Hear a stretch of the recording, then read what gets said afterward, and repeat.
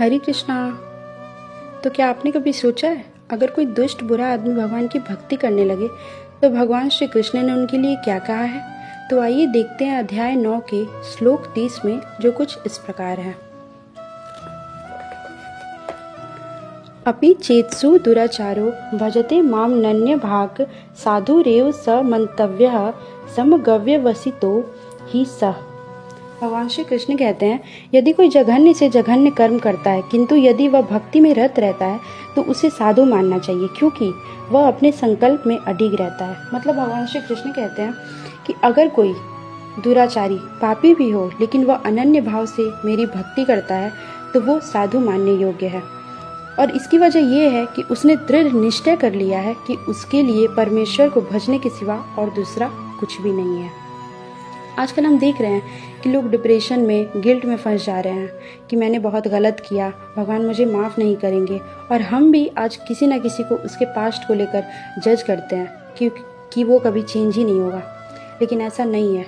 आप यहाँ देखिए, श्रीमद् भागवत में कहा गया है कि यदि कोई व्यक्ति पतित हो जाए किंतु यदि भगवान की दिव्य सेवा में लगा रहे तो हृदय में वास करने वाले भगवान उसे शुद्ध कर देते हैं और उस निंदनीय कार्य के लिए उसे क्षमा कर देते हैं।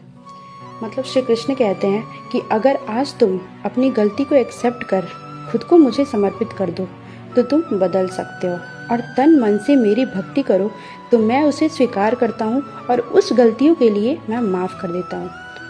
तो चलिए, सुधार की ही बात कर रहे हैं तो मैं एक महर्षि की कहानी सुनाती हूँ। आपने वाल्मीकि की कहानी तो सुनी होगी कि वो पहले डाकू थे, पर जब उन्होंने भी भक्ति का रास्ता चुना, खुद को भगवान को समर्पित किया, तो ऐसे भक्त बने कि रामायण ही लिख डाली। तो अगर आप भी अपने पास्ट की गलतियों को लेकर सेल्फ रिग्रेट में हो तो उस गलती को लेकर खुद को कोसने के बजाय अपने आप को सही रास्ते पर लाओ और हर दिन ये सोच कर शुरू करो कि आज आपको अपना बेस्ट वर्जन बनाना है। क्योंकि लॉ ऑफ कर्मा कहता है, Karma of past decides your present and Karma of present decides your future.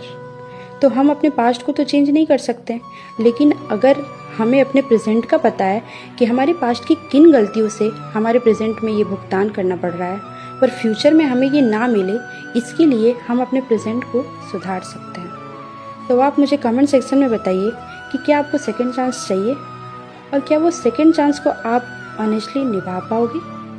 Hare Krishna.